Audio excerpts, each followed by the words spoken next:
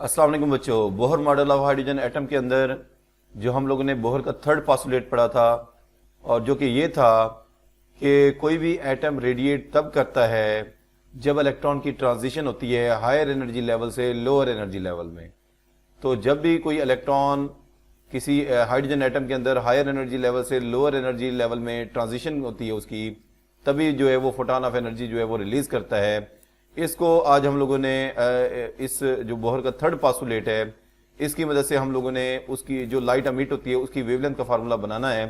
तो इसके लिए हम व्हाइट बोर्ड की तरफ चलते हैं जहां पर हम लोगों ने डिस्कस करना है हाइड्रोजन एमिशन स्पेक्ट्रम को।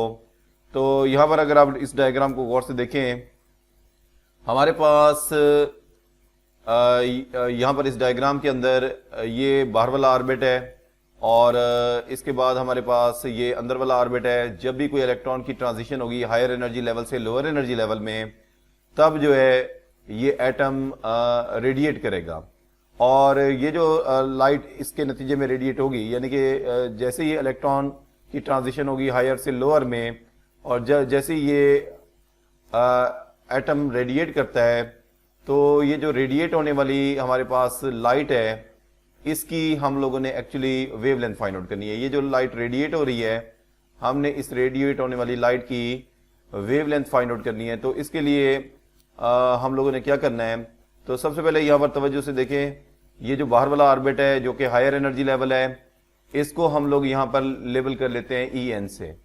तो ये बाहर वाला जो ऑर्बिट है ये हमारे पास है, इसकी एनर्जी जो है वो है EN, और ये जो अंदर वाला ऑर्बिट है इसकी एनर्जी जो है वो हम इसको लेबल कर लेते हैं EP से। तो ये अंदर वाला ऑर्बिट है इसकी एनर्जी EP से और बाहर वाला ऑर्बिट जो है इसकी एनर्जी EN से। यहाँ पर एक बात याद रखें, ये जो बाहर वाले ऑर्बिट की एनर्जी होती है वो अंदर वाले ऑर्बिट से ज्यादा होती है, यानी कि आप ये बात कह सकते हैं कि EN जो है वो यहाँ पर ग्रेटर होगा EP से। तो EN EP से ग्रेटर होगा। अगर बाहर वाले ऑर्बिट की एनर्जी अंदर वाले ऑर्बिट से ज्यादा है, जब ये इलेक्ट्रॉन की ट्रांजिशन होगी हायर एनर्जी लेवल से लोअर एनर्जी लेवल में, तब फोटॉन ऑफ एनर्जी जो है वो क्या होगी, रिलीज होगी। और ये जो फोटॉन ऑफ एनर्जी रिलीज हो रही है, हमने इसी फोटॉन ऑफ एनर्जी की वेवलेंथ फाइंड आउट करनी है। अब ये मैंने फार्मूला जो है वो लास्ट टाइम भी बताया था, ये जो रिलीज होने वाली एनर्जी है इसकी एनर्जी का फार्मूला होता है HF। तो ये HF वो एनर्जी है जो इस फोटॉन की होगी और ये हमारे पास किसके बराबर होगी, जाहिर है ये इन दो लेवल के एनर्जी के डिफरेंस के बराबर होगी। क्योंकि EN ग्रेटर है तो आप लोग EN में से माइनस कर लें EP को। तो EN में से EP को माइनस कर लें तो ये हमारे पास ये जो दो एनर्जी का डिफरेंस है ये उस फोटॉन की एनर्जी होगी जो कि रिलीज होगा।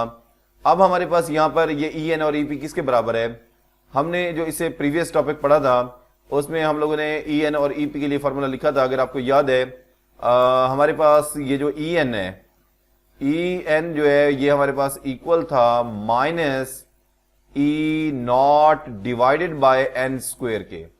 और इसके अलावा जो है हमारे पास जो EP था, EP हमारे पास इक्वल था minus E0 divided by P square के।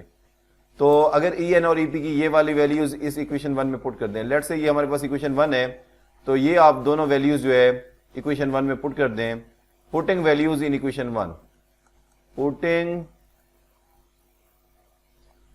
पुटिंग वैल्यूज, तो ये वैल्यूज हम लोग इसमें पुट करेंगे। पुट करने के बाद हमारे पास ये फार्मूला किस फॉर्म में आ जाएगा, तवज्जो से देखें। HF जो है वो उसकी जगह तो एज इट इज आप लोगों ने HF ही लिखना है। तो HF की जगह हम लोगों ने एज इट इज HF जो है वही लिखना है, दैट इज इक्वल टू, और ये जो हमारे पास EN है, EN जो है वो बराबर है minus E0 over N square. तो EN की जगह हम लोगों ने लिखना है minus E0 divided bye N square. Okay, minus into, और ये जो हमारे पास EP है, EP की जगह लिखेंगे minus E0 over P square. तो minus E0 divided by P का स्क्वायर, सॉरी, तो P का स्क्वायर। तो ये फार्मूला जो है वो हमारे पास इस तरह से लिखा जाएगा। अब इसमें दोनों टर्म में क्या कॉमन है, दोनों टर्म में जो भी कॉमन है वो हम लोगों ने कॉमन ले लेना है। तो माइनस E0 जो है इन दोनों में कॉमन है, तो माइनस ई नॉट जो है वो कॉमन ले ले, बाकी जो है वो हमारे पास बचेगा 1/n² माइनस 1/p का स्क्वायर। तो फार्मूला जो है वो बच्चों ये बन जाएगा, HF इसके बराबर हो जाएगा।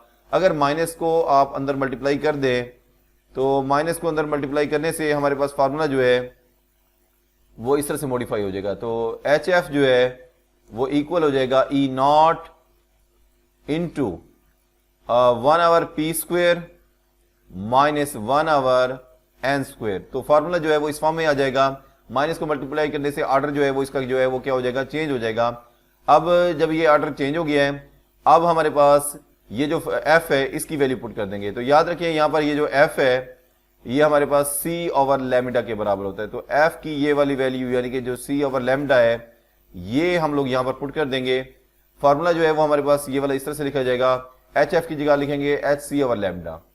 तो ये हमारे पास HF की जगह आ जाएगा hc/λ and that is equal to, बाकी सारा जो है वो वैसे लिख दें, बाकी सारा जो है वो हमारे पास है E not into 1/p² minus 1/n²। तो देखें ये बाकी फार्मूला जो है 1/p² माइनस 1/n² वैसे लिख दिया है। तो सिर्फ f की जगह हमने c/λ जो है वो पुट कर दिया। तो h is equal to f की जगह c/λ पुट कर दिया। अब ये फार्मूला ये आ जाएगा।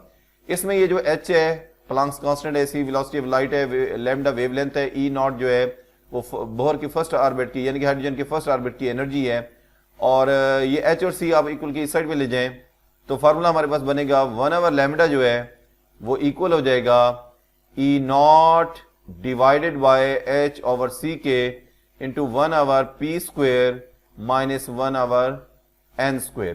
तो ये बच्चों फार्मूला जो है वो इस फॉर्म में आ जाएगा।